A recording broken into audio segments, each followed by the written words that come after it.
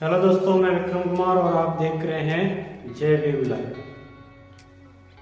दोस्तों, जयंत चौधरी साहब ने कहा था कि क्या मैं ऐसा पलटू राम थोड़ी हूँ जो पलट जाऊंगा। लेकिन दोस्तों, जयंत चौधरी साहब ऐसा पलटे कि शर्म भी शर्मा गई। जयंत चौधरी साहब, दोस्तों मैं आपको बता दूं कि जयंत चौधरी साहब ने एक ऐसा बयान दिया था जिसको लेकर बहुत ही ज्यादा चर्चा हो रही है। दोस्तों, जयंत चौधरी जी ने नरेंद्र मोदी जी की तुलना है वो जो चौधरी शरण सिंह जी के साथ कर दिया है। और उन्होंने कहा, जयंत चौधरी जी ने, कि मैं मोदी जी में चौधरी शरण सिंह जी की साया देखता हूं। दोस्तों, इससे आप साफ अंदाजा लगा ही ले सकते हैं कि अब जयंत चौधरी है वो भारतीय जनता पार्टी का हिस्सा बनने वाले हैं। क्योंकि दोस्तों, वैसे भी उनके पास कुछ भी बचा ही नहीं था। वो लगातार पश्चिमी उत्तर प्रदेश में चुनाव हार रहे थे। अब दोस्तों कहा जा रहा है कि भारतीय जनता पार्टी ने चौधरी शरण सिंह जी को भारत रत्न देकर जयंत चौधरी का ही सौदा कर लिया। तो दोस्तों, वीडियो शुरू करने से पहले हमारी आपसे एक छोटी सी रिक्वेस्ट है कि अगर आप हमारे जय भीम लाइव चैनल पर पहली बार आए हैं तो प्लीज चैनल को सब्सक्राइब जरूर करें। क्योंकि दोस्तों, हमारे चैनल पर दलितों की, बहुजनों की खबरें और उनका इतिहास बताया जाता है। दोस्तों, आपके सब्सक्राइब करने से हमारा मनोबल बढ़ता है और हमें काम करने की ऊर्जा मिलती है। साथ ही बेल नोटिफिकेशन को दबा देना ताकि हमारे वीडियो की हर एक नोटिफिकेशन आपको मिलती रहे। चलिए दोस्तों, वीडियो को करते हैं शुरू। तो सबसे पहले हम आपको एक तस्वीर दिखाते हैं। इस तस्वीर में अखिलेश यादव जी हैं, चंद्रशेखर आजाद जी हैं और जयंत चौधरी जी हैं। इस तस्वीर को आप गौर से देखिएगा दोस्तों। ये तस्वीर महू की तस्वीर है, इंदौर के महू की, जहां पर डॉक्टर बाबा साहेब अम्बेडकर जी का जन्म हुआ था। वहां पर ये तीनों एक साथ गए थे। और दोस्तों, तब इन तीनों को एक साथ देखकर लोगों को लगा था कि अब इन तीनों की जोड़ी कभी नहीं टूटेगी। लेकिन दोस्तों, किसी को भी नहीं पता था कि समय का चक्र ऐसे घूमेगा कि ये तीनों की जोड़ी भी छिन्न भिन्न हो जाएगी। याद करिए दोस्तों, जब खतौली का उपचुनाव हुआ था तब बहुजन समाज पार्टी ने अपना उम्मीदवार नहीं उतारा था। और खतौली के उपचुनाव में जब जयंत चौधरी साहब की पार्टी का उम्मीदवार ने जीत हासिल किया था, तब जयंत चौधरी साहब ने पूरा श्रेय भीम आर्मी चीफ चंद्रशेखर आजाद जी को दिया था।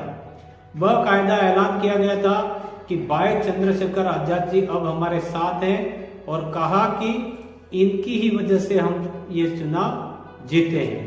वहीं पर दोस्तों, अखिलेश यादव जी की बात करें तो अखिलेश यादव जी भी जब नगर निगम का चुनाव हुआ था तब अखिलेश यादव जी भी चंद्रशेखर आजाद को साथ लेकर गए थे सहारनपुर। तमाम सभी जगहों पर एक साथ ले जाकर प्रचार प्रसार किया, लेकिन रिजल्ट इतना अच्छा भी नहीं आया।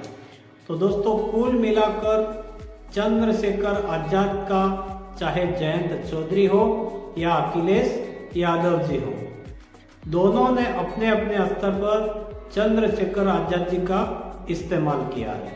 दोस्तों, इन दोनों को चंद्रशेखर आजाद से कितना फायदा हुआ ये तो हम नहीं जानते हैं, लेकिन हाँ, ये जरूर कहा जा रहा है कि कहीं न कहीं दोनों ने चंद्रशेखर आजाद जी का इस्तेमाल जरूर किया है, या फिर चंद्रशेखर आजाद खुद ही इस्तेमाल हो गए।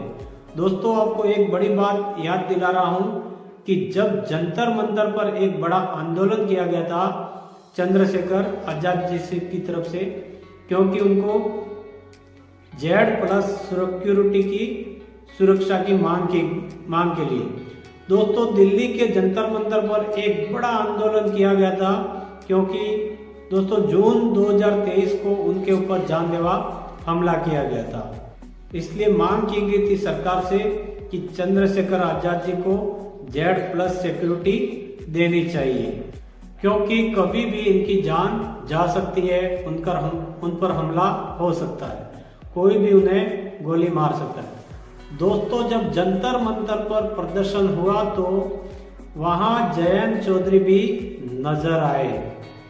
हालांकि अखिलेश यादव जी नहीं गए, उनका व्यक्ति जरूर पहुंचा था, लेकिन जयंत चौधरी ने अपनी उपस्थिति दर्ज कराई थी। दोस्तों इसके बाद एक बार फिर मोहर लग गई कि ये जोड़ी अब टूटने वाली नहीं है, अब यह अटूट बंधन है।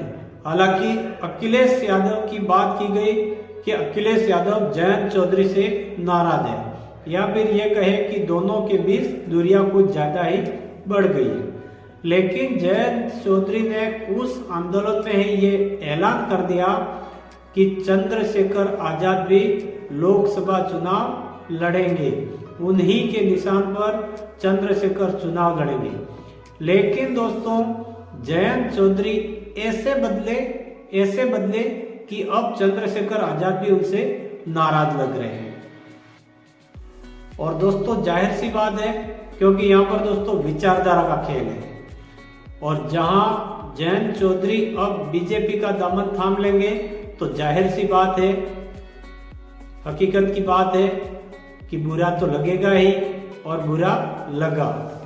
तो दोस्तों ये तो बात हुई चंद्रशेखर आजाद और जयंत चौधरी के बीच की। तो दोस्तों चाहे अखिलेश यादव हो या जयंत चौधरी हो, दोनों ने समय समय पर चंद्रशेखर आजाद को नाराज किया है, क्योंकि चंद्रशेखर आजाद हमेशा ही भारतीय जनता पार्टी के खिलाफ बोलते हैं, इसलिए जाहिर तरीके से उनको नाराजगी हुई होगी, ऐसा हम समझ सकते हैं। अब दोस्तों आगे क्या होगा, क्योंकि चंद्रशेखर आजाद लोकसभा जाना चाहते हैं, उनकी सीट भी पक्की हो गई है, वो नगीना लोकसभा सीट से चुनाव लड़ेंगे। लेकिन दोस्तों ये सफलता कैसे हासिल होगी, अकेले कैसे जीत पाएंगे, क्योंकि जयंत चौधरी तो उनका सपोर्ट नहीं करेंगे, या फिर करेंगे भी सही, परंतु चंद्रशेखर आजाद खुद भी सपोर्ट लेना पसंद नहीं करेंगे, क्योंकि दोस्तों चंद्रशेखर आजाद जी ने साफ कहा है कि उनका भारतीय जनता पार्टी से उनका मेल कभी नहीं खाएगा। और फिलहाल अखिलेश यादव भी इतना उस मूड में नहीं दिख रहे कि वो चंद्रशेखर आजाद को इतना साथ दे या तवज्जो दे। अब दोस्तों बड़ी खबर सामने निकल कर आ रही है कि चंद्रशेखर आजाद ने भी एक बीच का रास्ता ढूंढ निकाला है। तो दोस्तों फिलहाल एक समीकरण बन रहा है कि पश्चिमी उत्तर प्रदेश को लेकर, और समीकरण ये है कि चंद्रशेखर आजाद पूरी शिद्दत से बसपा सुप्रीमो मायावती जी का साथ चाहते हैं, किसी भी कीमत पर, किसी भी तरह, कैसे भी करके वो चाहते हैं कि बहन जी का साथ उन्हें मिल जाए, बहन जी का आशीर्वाद उन्हें मिल जाए, जिससे उनका लोकसभा में जाने का सपना पूरा हो सके। तो दोस्तों ये होगा कैसे कि जब बसपा सुप्रीमो मायावती जी चंद्रशेखर का साथ दे तो ही चंद्रशेखर का रास्ता तय होगा लोकसभा जाने के लिए।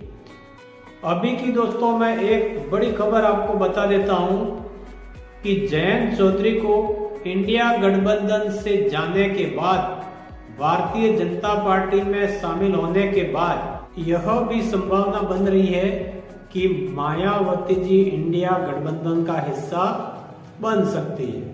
हालांकि दोस्तों अभी तक बसपा सुप्रीमो मायावती जी का ऐसा कोई भी बयान सामने नहीं आया है गठबंधन को लेकर, वो एकदम खामोश है गठबंधन को लेकर। लेकिन दोस्तों कहीं ना कहीं चंद्रशेखर आजाद और मायावती जी के बीच की दूरियां अब धीरे धीरे ही सही, लेकिन नजदीकियां में परिवर्तन होती दिख रही है।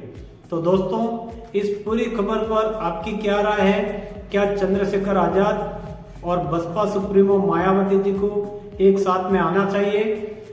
तो आपकी क्या राय है कमेंट बॉक्स में जरूर बताएं। वीडियो अच्छी लगी हो तो वीडियो को लाइक करें, अपने परिवार दोस्तों में आगे शेयर करें, चैनल को सब्सक्राइब करें। मिलते हैं नए वीडियो के साथ में, तब तक के लिए जय भीम, नमो बुद्धाय, धन्यवाद।